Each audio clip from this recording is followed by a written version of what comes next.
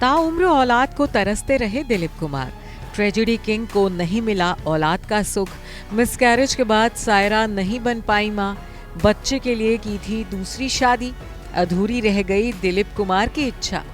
जी हाँ, सिनेमा की दुनिया का सबसे बड़ा सितारा, बॉलीवुड का बेताज बादशाह, करोड़ों की धन दौलत, लेकिन अधूरी रह गई सबसे बड़ी इच्छा।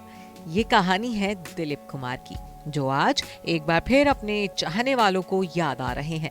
आज दिलीप कुमार की 102वीं बर्थ एनिवर्सरी है, तो अपने साहिब को याद करते हुए सायरा बानो ने एक लंबा चौड़ा नोट लिखा है। दिलीप कुमार को कोहिनूर बताते हुए सायरा ने खुद को खुशकिस्मत बताया है। आज दिलीप कुमार की बर्थ एनिवर्सरी पर उनसे जुड़े कई किस्से फिर से ताजा हो गए हैं। इन्हीं किस्सों में से एक है दिलीप कुमार की अधूरी इच्छा का किस्सा।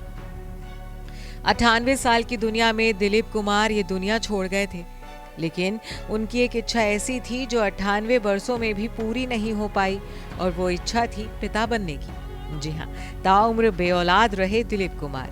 यहाँ तक कि बीवी सायरा बानो से बेवफाई करने के बाद भी दिलीप कुमार को संतान का सुख नहीं मिल पाया था। हालांकि ऐसा भी नहीं है कि दिलीप कुमार और सायरा बानो को औलाद की ये खुशी कभी नसीब नहीं हुई थी। अफसोस, उनके आंगन में बच्चे की किलकारी गूंजते गूंजते रह गई थी। दरअसल अपने निकाह के 6 साल बाद साल 1972 में सायरा बानो जब पहली बार प्रेग्नेंट हुई थी, तब 8 महीने की प्रेगनेंसी के दौरान उन्हें हाई ब्लड प्रेशर की शिकायत हो गई थी, जिसका असर उनके होने वाले बच्चे पर भी पड़ा था। बताया जाता है कि सायरा के पेट में दम घुटने की वजह से ही उनके अजन्मे बच्चे की मौत हो गई थी, और इस दुखद घटना के बाद सायरा कभी दोबारा प्रेग्नेंट नहीं हो पाई थी। कहा जाता है कि औलाद के लिए दिलीप कुमार ने सायरा बानो से बेवफाई तक कर ली थी और अस्मा रहमान नाम की महिला से चोरी चुपके शादी भी कर ली थी। यह बात साल 1981 की है, जब दिलीप कुमार की मुलाकात हैदराबाद की अस्मा रहमान से हुई थी।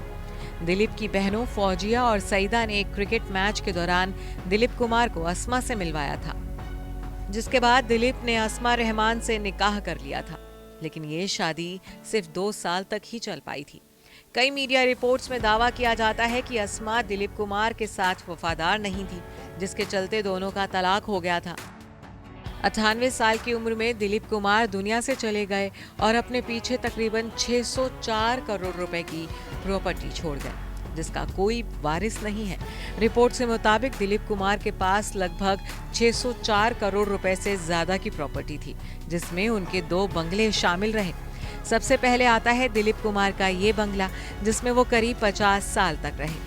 बांद्रा पाली हिल्स स्थित इस बंगले को दिलीप कुमार ने साल 1953 में कमरुद्दीन लतीफ से 1.4 लाख रुपए में खरीदा था।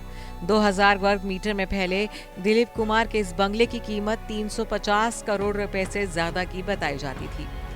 हालांकि इस बंगले को तोड़कर अब यहाँ एक विशाल हाउसिंग सोसाइटी खड़ी की जा चुकी है। बताया जाता है कि इस हाउसिंग कॉम्प्लेक्स में एक अपार्टमेंट की कीमत करीब 155 करोड़ रुपए है। इसके अलावा उनका एक दूसरा बंगला बांद्रा के वेस्ट इलाके में है। इसके अलावा दिलीप कुमार का पाकिस्तान में भी एक पैतृक घर है।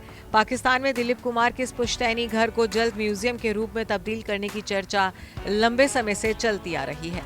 उनकी प्रॉपर्टी में कई लग्जरी गाड़ियां भी शामिल हैं। बावजूद इसके दिलीप कुमार उन स्टार्स में से एक थे जो सादगी से जिंदगी जीना पसंद करते थे। Bureau report, E24।